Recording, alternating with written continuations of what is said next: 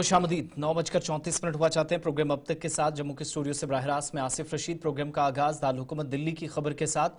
हुकूमत साजी कल हो जाएगी और कल हल्फ बर्दारी की तकरीब से पहले रेखा गुप्ता दिल्ली की नई वज़ीर आला चुन ली गई हैं। अब से कुछ देर पहले Bharatiya Janata party legislature party meeting में फैसला हुआ, बत्तफाक़े राय रेखा गुप्ता के नाम पर मोहर लगी। रेखा गुप्ता जो शालीमार बाग से इस बार पहली बार रुकने असेंबली MLA बनकर आई हैं और दिल्ली में ऐसा चौथी मर्तबा हुआ जहां खातून वज़ीर आला बनेंगी। इससे कबल अरविंद केजरीवाल से पहले शीला दीक्षित और उसके बाद ये खवातीन के इक्तदार में आने या वज़ीर आला बनने का सिलसिला खत्म हुआ था, लेकिन दोबारा से एक नया चेहरा खातून वज़ीर आला बीजेपी की तरफ से हरियाणा से ताल्लुक रखने वाली रेखा गुप्ता के नाम पर मोहर लगा दी गई है। कल 12:30 बजे हल्फ बर्दारी की तकरीब मुनक्किद होगी। रामलीला मैदान में हल्फ बर्दारी होनी है और रेखा गुप्ता जब पहली बार रुकने असेंबली बनी है तो साथ ही वज़ीर आला बनने के जब उनके नाम का ऐलान हुआ तो कई अहम शख्सियात उन्हें मुबारकबादी के पैगाम भी दे रहे हैं और घर के बाहर भी इस वक्त जश्न है। पार्टी दफ्तर में भी जश्न मनाया जा रहा है। हल्फ बर्दारी तकरीब में NDA की जहां पर हुकूमत है 20 रियासतों के वज़ीर आला शामिल होंगे। वज़ीर आज़म, वज़ीर दाखिला, मरकजी काबीना और दीगर शख्सियात भी दिल्ली पहुंचेंगी। रामलीला मैदान सजकर पूरी तरीके से तैयार है। 12:30 बजे हल्फ बर्दारी तकरीब होगी। सख्त हिफाजती बंदोबस्त नजर आ रहे हैं। असेंबली इंतखाबात जहां अक्सरियत हासिल करने वाली बीजेपी ने आज रेखा गुप्ता को वज़ीर आला के तौर पर नामजद करने का ऐलान किया और यह फैसला मरकजी मुबस्सरीन रविशंकर प्रसाद और ओम प्रकाश धनखड़ की मौजूदगी में बीजेपी लेजिस्लेचर पार्टी की मीटिंग में हुआ। बांसुरी स्वराज और इसके अलावा प्रवीण खंडवाल भी बीजेपी के बाकी जो अरकान थे उनके साथ इनको भी जिम्मेदारियां तफवीज की गई थी। पार्टी के अहम इजलास में इन तमाम लोगों ने शिरकत की। असेंबली की कुल 70 नशिस्तों में से बीजेपी ने 48 पर कामयाबी हासिल की थी और 27 साल बाद दारुल हुकूमत दिल्ली में इक्तदार में वापसी भारतीय जनता पार्टी ने की। आम आदमी पार्टी जिसने एक दहाई से ज्यादा अरसे तक दिल्ली में हुकूमत की, हाल ही में मुनक्किदा इंतखाबात में महज 22 सीटें मिली थी। हरियाणा की जींद की रहने वाली रेखा गुप्ता अब अपने तालिब इल्मी के ज़माने से ही सियासत में सरगर्म रही हैं। 50 साल रेखा गुप्ता ने मेरठ से कानून की तालीम हासिल की। राष्ट्रीय स्वयं सेवक या RSS और बीजेपी के साथ तवील रफाकत उनकी रही है। रेखा गुप्ता जो शुमाली दिल्ली की मेयर भी रह चुकी हैं और इंतजामी तजुर्बा रखती हैं। बीजेपी महिला मोर्चा की बासर शख्सियत या रहनुमा मानी जाती हैं और वो इस वक्त दिल्ली बीजेपी महिला मोर्चा की जनरल सेक्रेटरी और पार्टी के कौमी एग्जीक्यूटिव रुकन भी हैं। रेखा गुप्ता 1992 में दिल्ली यूनिवर्सिटी के दौलत राम कॉलेज में तालीम के दौरान तलबा की सियासत में कदम रखा। अखिल भारतीय विद्यार्थी परिषद या ABVP से वाबस्ता थी। 1996-97 में दिल्ली यूनिवर्सिटी स्टूडेंट्स यूनियन की सदर बनी। 2007 में नॉर्थ पीतमपुरा से काउंसलर मुंतखब होने के बाद उन्होंने इलाके में लाइब्रेरी, पार्क और स्विमिंग पूल जैसी सहूलियात तैयार करने पर काम किया। रेखा गुप्ता ने इस बार का असेंबली इलेक्शन 29,595 वोटों से जीता था और 68,200 वोट उन्होंने हासिल किए थे। आम आदमी पार्टी की खातून उम्मीदवार वंदना कुमारी को उन्होंने शिकस्त दी थी। कांग्रेस उम्मीदवार प्रवीण कुमार जैन यहां से तीसरे नंबर पर रहे थे। 2020 के दिल्ली असेंबली इंतखाबात में आम आदमी पार्टी की वंदना कुमारी ने यह सीट जीती थी। इससे कबल 2015 में वंदना कुमारी ने इसी सीट पर कामयाबी हासिल की थी और रेखा गुप्ता का ताल्लुक ABVP से रहा। उन्होंने दिल्ली यूनिवर्सिटी तलबा यूनियन के इम्तिहानात में जनरल सेक्रेटरी का ओहदा हासिल किया था और अब जो वो मेहनत सियासी मैदान में करती रही हैं वो बिलाखिर रंग लाई हैं। पार्टी की जानिब से उनके नाम का ऐलान कर दिया गया है। पार्टी दफ्तर से गुलिस्तान न्यूज नुमाइंदा ताबिश कमाल के साथ उनके नाम का जैसे ही ऐलान हुआ तो बीजेपी के कई रहनुमाओं या फिर वर्करों की जानिब से बात की गई और मुसर्रत का इजहार किया। देखिए, मैं प्रधानमंत्री जी की सोच को नमन करता हूं। बहन रेखा गुप्ता को ढेर सारी बधाई देता हूं।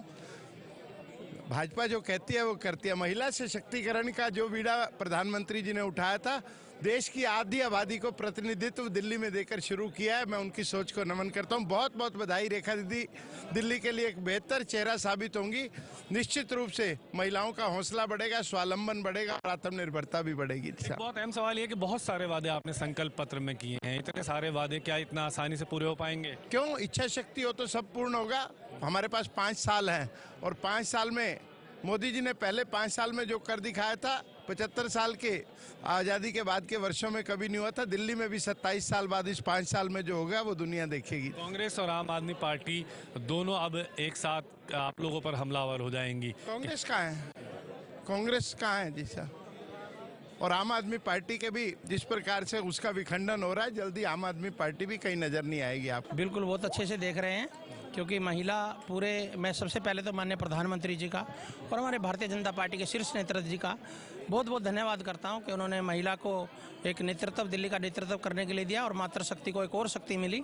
ऐसी मातृशक्ति को मैं अच्छे से जानता हूं, उनके साथ काम किया है, कार्यशैली में बहुत अच्छी हैं, पढ़ी लिखी हैं और बहुत विकास होगा। दिल्ली एक नया। विधायक जी बताइए, बहुत सारे वादे वादे किए हैं आप लोगों ने, कैसे पूरा करेंगे? पूरा एक संकल्प पत्र, इतने लंबे चौड़े वादों का इतना आसान लगता है सब वादे पूरा करना? वो संकल्प तो होंगे ही होंगे, उनसे भी अलग और होने वाला है। ये दुनिया की सबसे सुंदर राजधानी बनने वाली है।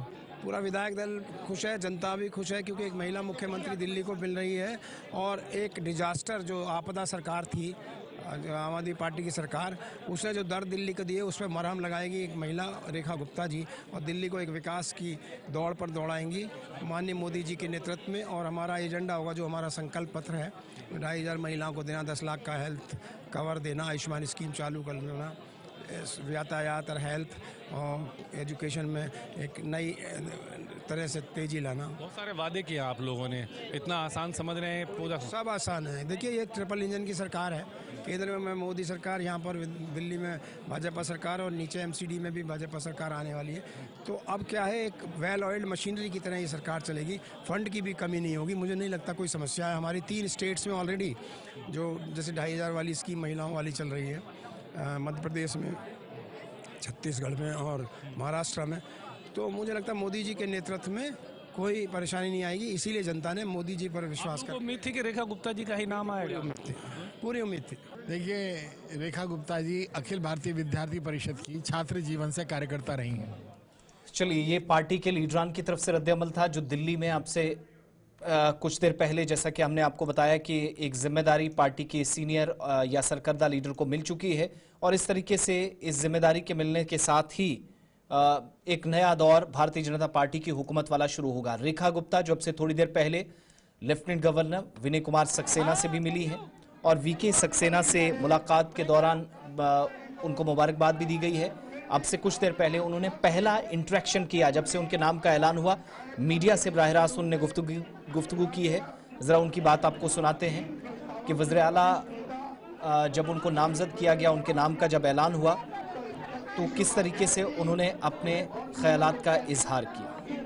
अनाउंस भी कर रहे हैं रविशंकर प्रसाद, कर दिया।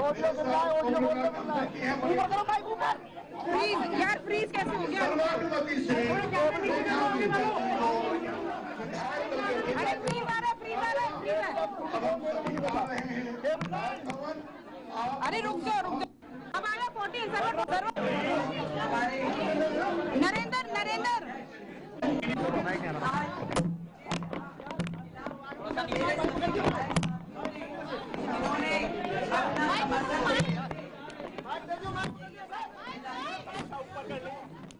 इधर सीनियर बीजेपी लीडर तरुण चुग ने रेखा गुप्ता के वज़ीर आला बनने पर मुबारकबाद पेश की। उनके मुताबिक तलबा यूनियन से अब तक सियासी सफर में पार्टी की सोच, फिक्र या एजेंडे के तहत काम करने वाली रेखा गुप्ता को आज उनकी मेहनत का सिला या तोहफा मरकजी बीजेपी क़यादत ने दिया है। भारत के संकल्प में जुड़े और विश्व स्तरीय राजधानी बने, इस ओर ये बहुत बड़ा कदम है, और मैं विधायक दल का और अपने शीर्ष नेतृत्व का धन्यवाद करता हूं, स्वागत करता हूं कि पिछले लगभग 11 वर्षों में हर मौके पर प्रधानमंत्री जी ने, भारतीय जनता पार्टी ने देश की बेटियों को आगे बढ़ाने का काम किया है। चाहे बेटी बचाओ बेटी पढ़ाओ के अभियान से लेकर सेना में कमीशन होने के साथ साथ हर जगह पर बेटियां आगे बढ़ें, पढ़ें, आगे बढ़ें और देश का नेतृत्व करें। देश के अंदर लोकसभा और विधानसभा में महिला आरक्षण देने की बात हो, हर मौके पर प्रधानमंत्री जी ने लखपति दीदी बनाने की बात हो, महिला सेल्फ हेल्प ग्रुप को एम्पावर्ड करने की बात हो, और अब दिल्ली को एक बेटी के हाथों सौंपकर डबल इंजन की सरकार चलाने का जो शुरुआत हुई है, मैं उसका स्वागत करता हूं। ये एक ऐतिहासिक फैसला है। निश्चित रूप से प्रधानमंत्री श्री नरेंद्र मोदी जी के नेतृत्व में दिल्ली विकसित दिल्ली की ओर, विकसित भारत के संकल्प के साथ जुड़ेगा। कि जहां पर अमेरिकी सदर डोनाल्ड ट्रंप के गजा प्लान पर मुसलसल हमले हो रहे हैं। ईरान के रहबरे आला आयतुल्ला अली खामनेई ने अमेरिकी सदर डोनाल्ड ट्रंप के गजा से फलस्तीनी आबादी के इनखला के मंसूबे की सख्त तनकीद की है और इसे मुज़हिका करार दिया। उनके मुताबिक ये मंसूबा किसी भी तरीके कामयाब नहीं होगा, ना ऐसा होने दिया जाएगा, क्योंकि आलमी राय आमा फलस्तीनी अवाम के हक में है। खामनेई के मुताबिक जो लोग ये दावा कर रहे हैं कि वो मुख्तसर वक्त में फलस्तीनी मज़ाहमत को खत्म कर देंगे, आज वही लोग छोटे छोटे ग्रुप्स के साथ ही अपने कैदियों की रिहाई के लिए तबादले कर रहे हैं, जबकि बड़ी तादाद में फलस्तीनी कैदियों को आज़ाद किया जा रहा है। उनने ये बात तेहरान में फलस्तीनी इस्लामी जहाद तहरीक के सेक्रेटरी जनरल ज़ियाद नखाला और उनके वफद से मुलाकात के दौरान कही। नखाला ने इस्लामी जमहूरिया ईरान की मुसलसल हिमायत पर इज़हार तशक्कुर किया। अमेरिकी सदर डोनाल्ड ट्रंप ने हाल ही में गजा के फलस्तीनी आवाम के हमसाया ममालिक में मुंतकिल करने का मंसूबा पेश किया था, जिसके मुताबिक वहां जाने वालों को दोबारा गजा वापस आने की इजाजत नहीं दी जाएगी। इस मंसूबे को इलाकाई और आलमी सतह पर सख्त तनकीद का सामना करना पड़ा, ताहम इजरायली वज़ीर-ए-आज़म बेंजामिन नेतन्याहू ने इसकी भरपूर हिमायत की थी और 10 फरवरी को नेतन्याहू ने कहा कि इजरायली गजा के हवाले से अमेरिकी सदर के इनकलाबी और तख्लीकी नजरिए पर गौर कर रहा है।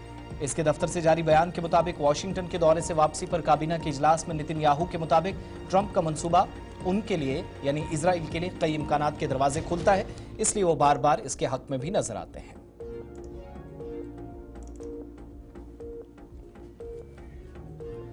खबर कर्नाटक से, जहां पर जम्मू कश्मीर के तलबा के साथ ज्यादती का एक मामला सामने आया है और जम्मू कश्मीर के वज़ीर आला उमर अब्दुल्ला ने अब से कुछ देर पहले इसकी तस्दीक भी की।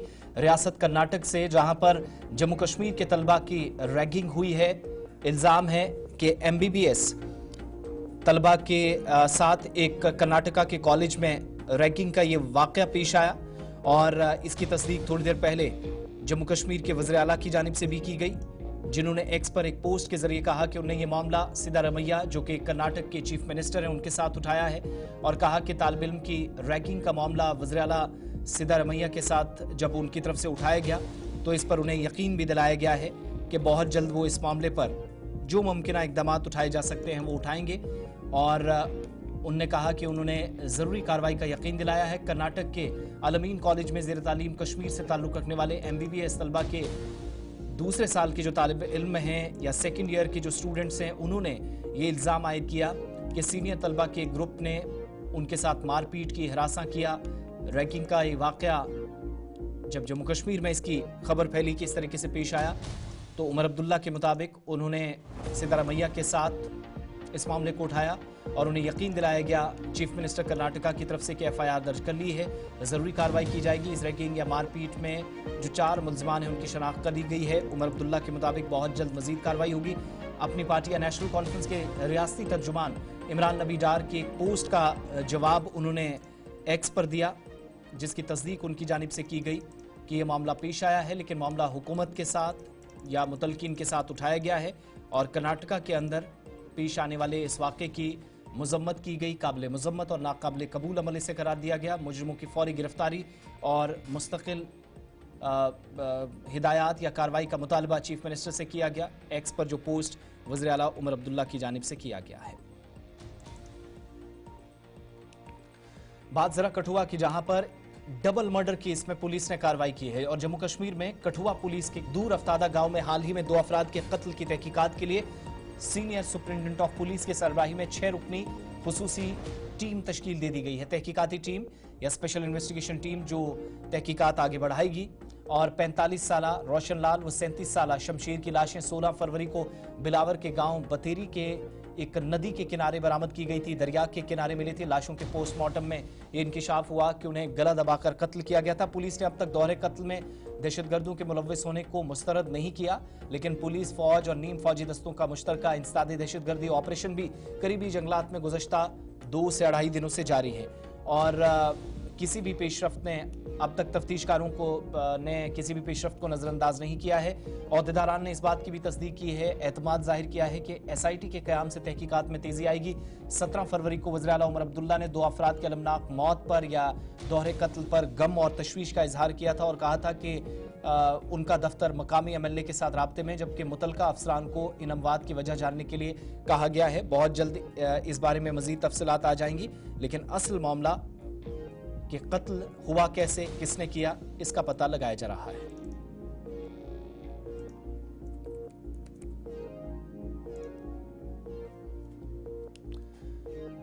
इधर वज़ीर आला उमर अब्दुल्ला ने आज कहा कि वो जम्मू कश्मीर में पानी के मुमकिन शदीद बहरान से निपटने के लिए महकमा जल शक्ति की तरफ से किए जाने वाले इकदाम का जायजा लेंगे। उनके मुताबिक अगले चंद महीनों में जम्मू कश्मीर के लोगों से भी बात करूंगा कि हम इज्तमाई तौर पर इस बहरान से निपटने के लिए क्या कर सकते हैं।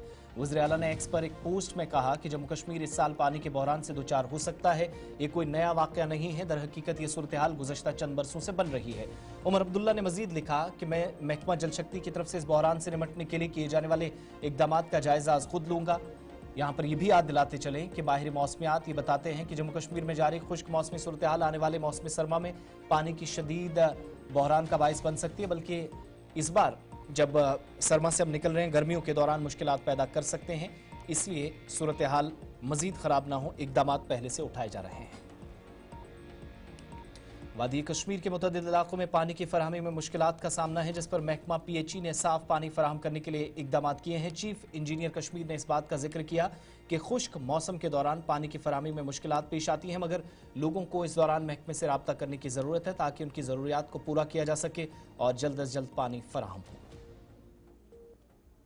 के माध्यम से मैं ये बता दूं कि ये जो 30 घंटे का शट डाउन होने जा रहा है, ये PHE के कंसर्न में नहीं है। ये पावर कैनाल जहाँ से पानी हमारे रिंगल, एलेस्टाइन और इधर बाकी फिल्ट्रेशन प्लांट्स को आता है और जो more than 60% water supply cater करता है श्रीनगर सिटी की, उसके शट डाउन के लिए है। क्योंकि JKPDC का जो गांदरबल में इलेक्ट्रिसिटी PDD का जनरेशन प्लांट है, उसकी वनरेबल स्पॉट्स पे उनकी रेस्टोरेशन और डिसिल्टेशन बहुत ज़रूरी थी। बड़ी देर से वो हमारे से वो मांग रहे थे शट डाउन।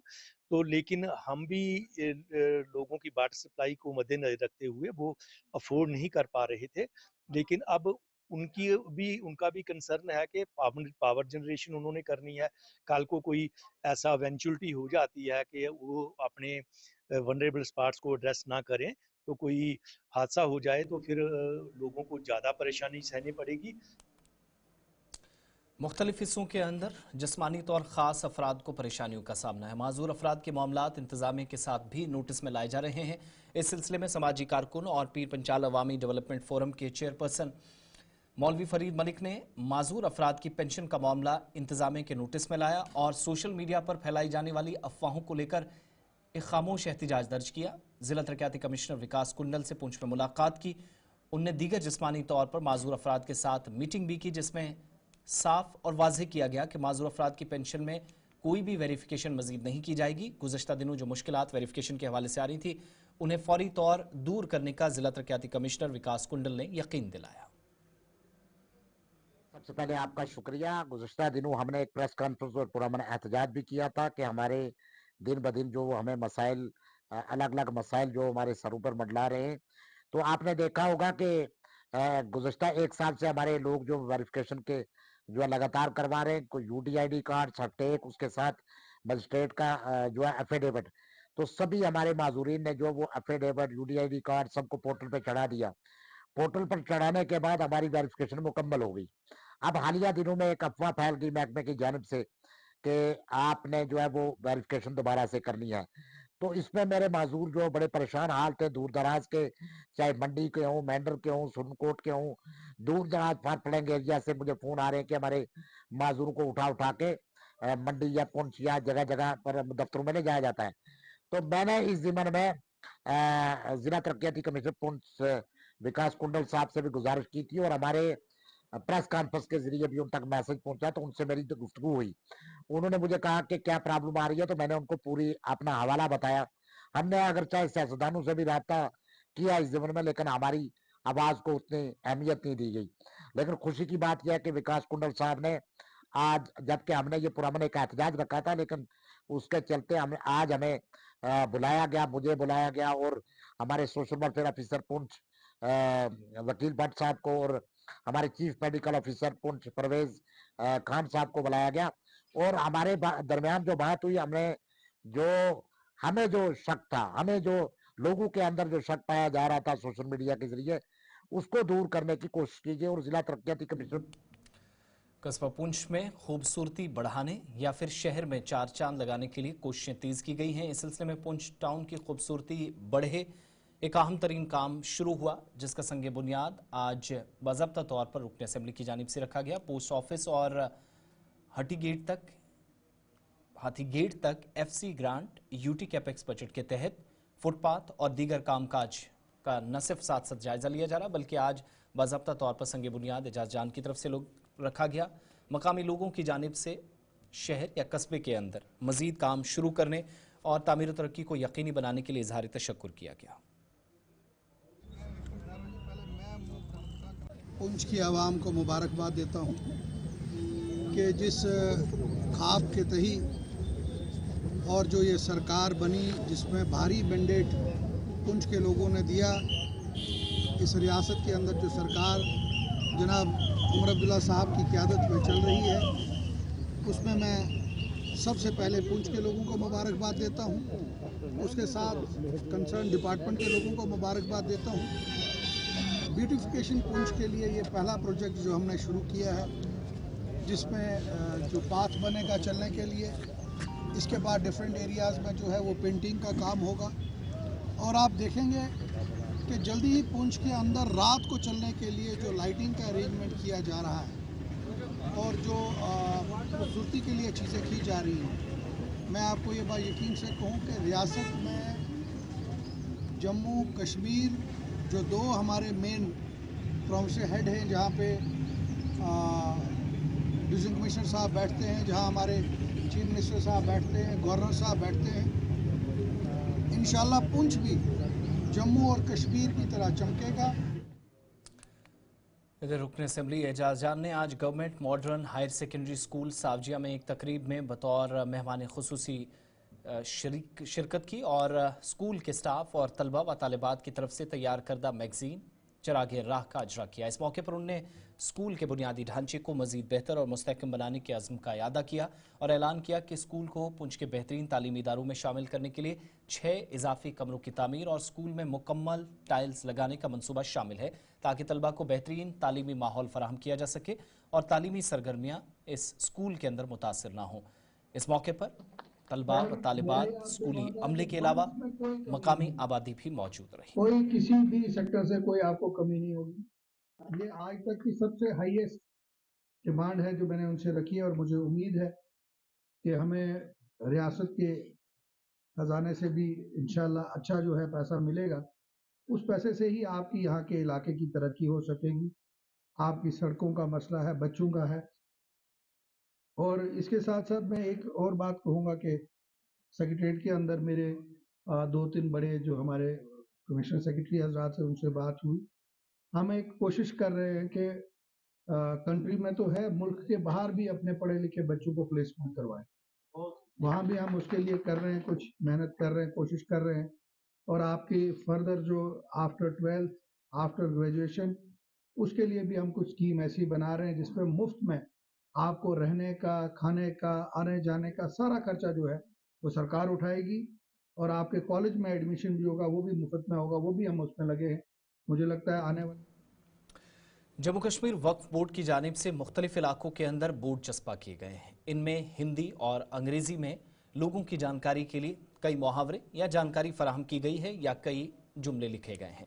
मुतअद्दिद मकामात पर बोर्ड चस्पा हैं।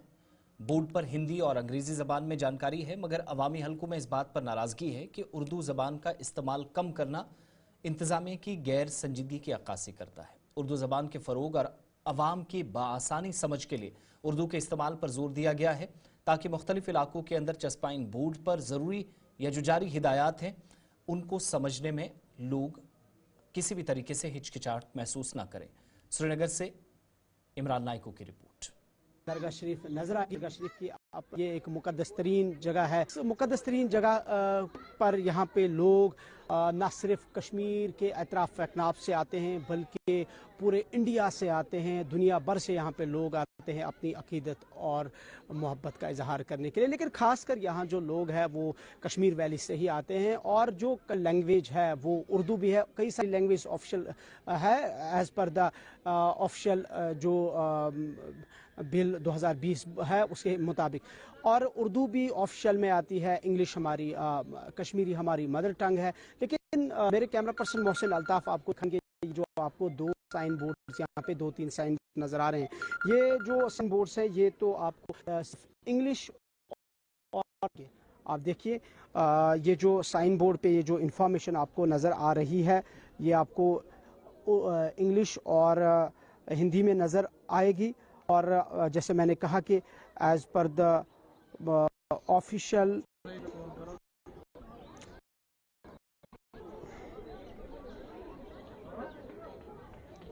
तो ये जो बोर्ड्स आपको नज़र आ रहे हैं बिल्कुल इंग्लिश और हिंदी लैंग्वेज में, और यहाँ पे जो उर्दू लैंग्वेज है वो मिस है, लैक है। और ये जो इन्फॉर्मेशन है ये बोर्ड हज़रत बल के बिल्कुल लॉन में नस्ब किया गया है और इस बोर्ड को यहाँ पे इंस्टॉल करने का मकसद ज़ायरीन और सयाहों को ये मालूमात फराहम करना है कि गवर्नमेंट ऑफ इंडिया की जो मिनिस्ट्री ऑफ टूरिज़म है, जो टूरिज़म मिनिस्ट्री है और जम्मू कश्मीर का जो टूरिज़म डिपार्टमेंट है, उनके ताउन से यहाँ दरगाह हज़रत बल में मुख्तलिफ सहूलियात की तरक्की पर काम हो रहा है। और ये मनसूबा प्रसाद स्कीम जो है गवर्नमेंट ऑफ इंडिया की उसके तहत अमल में लाया जा रहा है, जिसका मकसद मज़हबी मकामात की तरक्की और इनकी रूहानी व सकाफती विरासत को उजागर करना है। सो कहना मुझे ये है कि इस प्रसाद स्कीम के बारे में यहाँ पे लोगों को अवेयर किया गया है इंग्लिश लैंग्वेज में, हिंदी लैंग्वेज में, कि ये यहाँ पे तकरीबन 7 पॉइंट्स दिए गए हैं, जैसे टूरिस्ट फैसिलिटेटर सेंटर है, सोफ़ी इंटरप्रिटेशन सेंटर है वगैरह है। यानी कि इस प्रसाद स्कीम के तहत यहाँ ये फैसिलिटीज़ जो है इन पे काम हो रहा है। लेकिन अनफॉर्चुनेट पार्ट ये है कि कहीं आपको उर्दू नज़र नहीं, उर्दू ज़बान में कहीं आपको कोई साइन बोर्ड यहाँ पे नज़र नहीं आए। और एक तरफ हमारा ये दावा है कि हमारी जो सरकार है कि हम उर्दू के तहफ़्फ़ुज़ के लिए, उर्दू की प्रिजर्वेशन के लिए, उर्दू लैंग्वेज की प्रिजर्वेशन के लिए इक़दाम उठा रहे हैं। लेकिन इतने बड़े मुक़द्दस तरीन और इतने बड़े जगहों पे उर्दू को लैग करना, उर्दू को मिस करना, मुझे नहीं लगता है कि इससे बड़ा और अनफॉर्चुनेट पार्ट हमारे सिस्टम का क्या हो सकता है। दूसरा ये कि चाहे ये टूरिज़म डिपार्टमेंट की तरफ से इंस्टॉल किए गए हों या फिर जम्मू कश्मीर वक्फ बोर्ड की तरफ से इंस्टॉल किए गए, ऑल दो कि जम्मू कश्मीर वक्फ बोर्ड के ही हद इख्तियार में ये पूरी ज़ियारत है, यहाँ पे पूरी दरगाह शरीफ है। लेकिन उनको शायद उनकी शायद ये या तो जो जिन्होंने बनाया या जिन्होंने ये आइडिया दिया है तो शायद वो उर्दू जानते नहीं थे, वो या फिर वो यहाँ के सिस्टम से नावाकिफ़ थे कि उर्दू एक हमारी ऑफिशियल लैंग्वेज भी है, हमारी मदर लैंग्वेज या मादरी ज़बान भी तस्वुर की जाती है। और ख़ासकर ये उर्दू जो है ये मुसलमान की ज़ुबान जो है करार दी जाती है, मुसलमानों की लैंग्वेज जो है वो करार दी जाती है। बट अनफॉर्चुनेट पार्ट ये है कि यहाँ आप देख सकते हैं कि हिंदी भी है और इंग्लिश भी है। यकीनी तौर पर यहाँ स्टेट यूटी से लोग आते हैं, इंग्लिश के लिए दुनिया भर से यहाँ लोग आते हैं। सबसे ज़्यादा लोग यहाँ पे यहाँ के लोकल्स आते हैं। और दूसरा ये कि लोग या उर्दू जानने वाले ना भी आए, लेकिन एक उर्दू अलग पहचान है दुनिया में, उसको हम यहाँ मिस कर रहे हैं, लेट कर रहे हैं। और यकीनी तौर पर यहाँ जो सवाल है वो खड़े हो जाते हैं जम्मू कश्मीर वक्फ बोर्ड के ऊपर या उन इदारों के ऊपर जिन्होंने यहाँ पे ये साइन बोर्ड्स एस्टैब्लिश होना ये चाहिए था कि यहाँ अगर हिंदी है, इंग्लिश है तो उर्दू भी होना चाहिए। लेकिन ऐसा नहीं कि हम अपनी उर्दू ज़ुबान को दफना रहे हैं खुद ही अपने हाथों से। हम उम्मीद करते हैं कि इस यकीनी तौर पर ऐसा बज़ाहिर ऐसा नहीं लग रहा है कि ये एक संगीन मसला है, ये एक बर्निंग या कंसर्न इशू है। लेकिन यहाँ के जो मकामी लोग हैं जो उर्दू ज़ुबान से मोहब्बत रखने वाले हैं उनके लिए ये एक यकीनी तौर पर एक कंसर्निंग मैटर है। हम चाहते हैं कि इस मैटर को रिजॉल्व किया जाएगा। इसी उम्मीद के साथ with camera person Mohsin Altaf, Imran Naik को गुलिस्तान न्यूज़ श्रीनगर। इधर इस मामले पर वक्फ बोर्ड के जिम्मेदारान की जानिब से कहा गया है कि जल्द इस मामले पर काम तेज किया जाएगा। जहां पहले से ही मामलात का नोटिस लिया गया है, शिकायत आई हैं और उसके बाद मुतअद्दिद मकामात पर जो हिंदी और अंग्रेजी में अलग अलग जगहों पर वादी कश्मीर या जम्मू सूबे के अंदर बोर्ड चस्पा किए गए, इन पर उर्दू ज़बान का भी इस्तेमाल किया जाएगा।